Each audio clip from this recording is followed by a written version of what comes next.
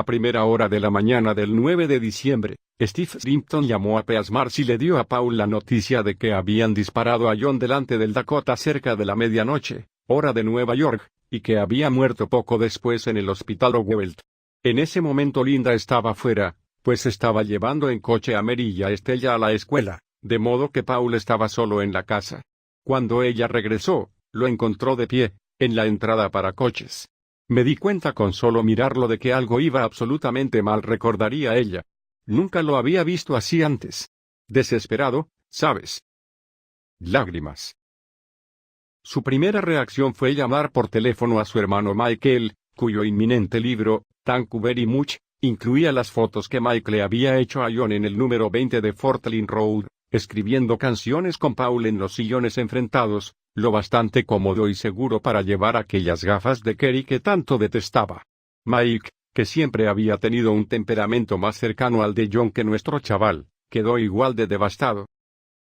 Ese día Paul tenía en su agenda ir a Londres, a los estudios Air de George Martin, para grabar una canción llamada Rain Clouds con Paddy Moloney de los Chieftains.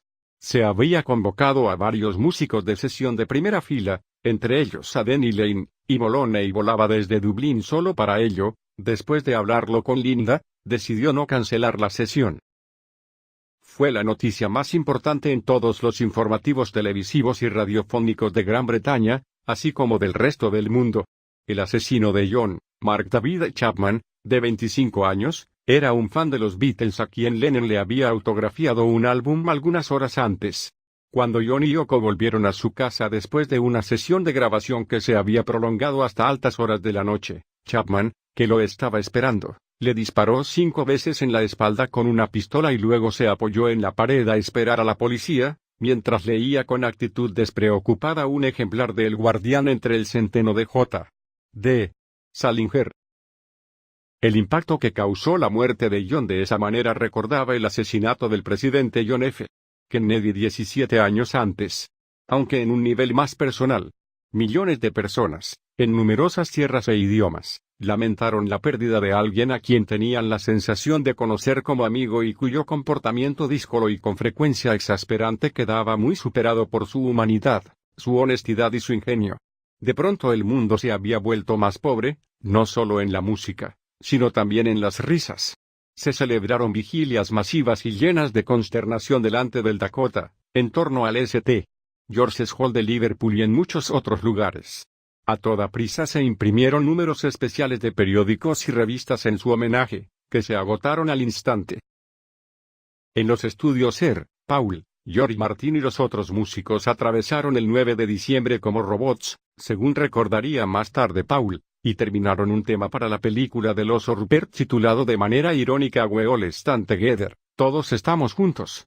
Como era inevitable, Rupert traía recuerdos de la infancia de ambos en los 50, cuando el mundo parecía un lugar muy seguro y el asesinato era algo que solo les ocurría a potentados llenos de medallas en países muy lejanos. Durante la tarde, Paul recibió una llamada telefónica de Yoko que cogió en privado para luego regresar con lágrimas en los ojos. John te tenía mucho cariño, le había dicho a ella.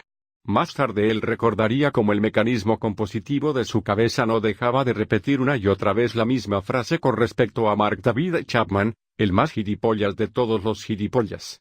Hubo un momento de los que remueven el estómago cuando él y Denny Lane estaban mirando aturdidos por la ventana el tráfico que pasaba y vieron un camión de una empresa llamada Muebles Lennon. Los estudios Air se encontraban en Oxford Street, que entonces estaba en medio de la fiebre compradora previa a la Navidad. Cuando Paul salió, lo hizo a través de la entrada principal y se topó directamente con un matorral de cámaras de televisión. No tuvo tiempo, como acostumbraba a hacer en los momentos de tragedia, de rodearse de un caparazón. El familiar rostro picarón estaba demacrado y ceroso, como si lo hubieran despojado de todo su atractivo. Sin embargo, un reflejo lo hizo detenerse y contestar a la perenne y necia pregunta de los noticieros televisivos de ¿cómo te sientes? Es una noticia terrible, respondió. Estamos todos muy impresionados. Aunque no era necesario decir nada, permaneció allí enfrentándose a preguntas más elaboradas, que respondió brevemente mientras mascaba chicle. ¿Quién le había dado la noticia? Un amigo. ¿Qué estaba haciendo en Air? Escuchando algunas cosas, Nada más. En un día como ese, ¿por qué no se había quedado en su casa? No tenía ganas. Cuando el entrevistador por fin se quedó sin ideas, Paul añadió, es un coñazo, ¿verdad? Vale, adiós, y luego se metió en el coche que lo esperaba. El comentario llegó a los titulares por su aparente falta de seriedad, incluso indiferencia. Paul pidió disculpas por no ser bueno para expresar la pena en público, y señaló con toda la razón que ni George ni Ringo habían ofrecido ningún gran comentario tampoco.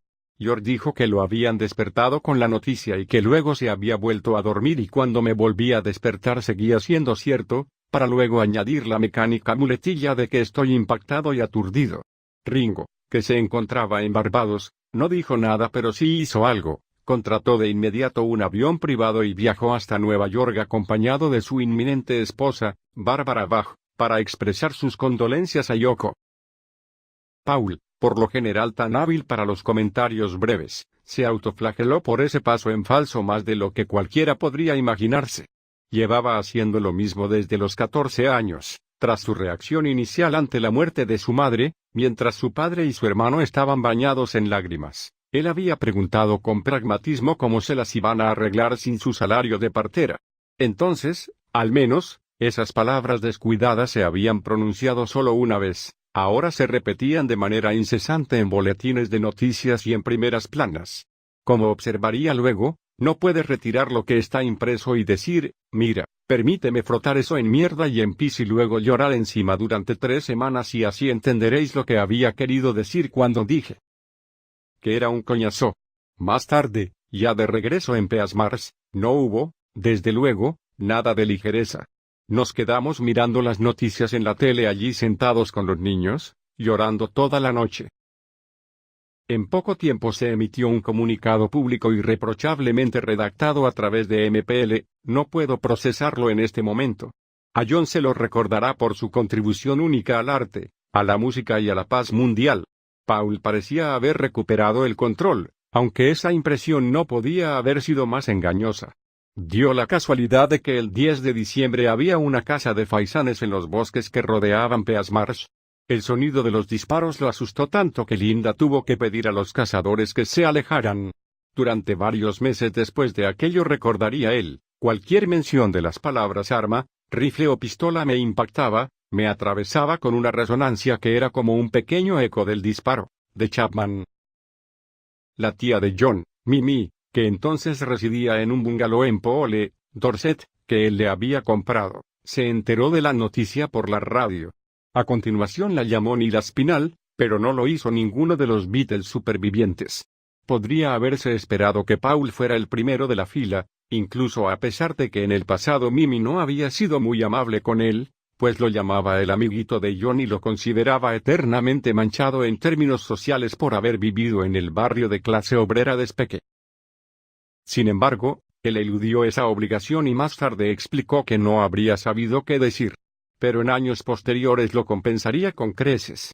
Paul es el único de ellos que se ha mantenido en contacto conmigo, declaró Mimi a un entrevistador poco antes de su propia muerte, en 1991. Siempre me pregunta cómo estoy y si necesito algo. En cuanto a Yoko, ni su peor enemigo podría haberle deseado el horror de ver cómo mataban a John delante de ella. Y, así, el resentimiento y las burlas que la habían perseguido desde los 60 desaparecieron. En su lugar solo había compasión, realzada por la tragedia de su hijo, Son, a quien habían despojado de un padre cariñoso a la edad de 5 años.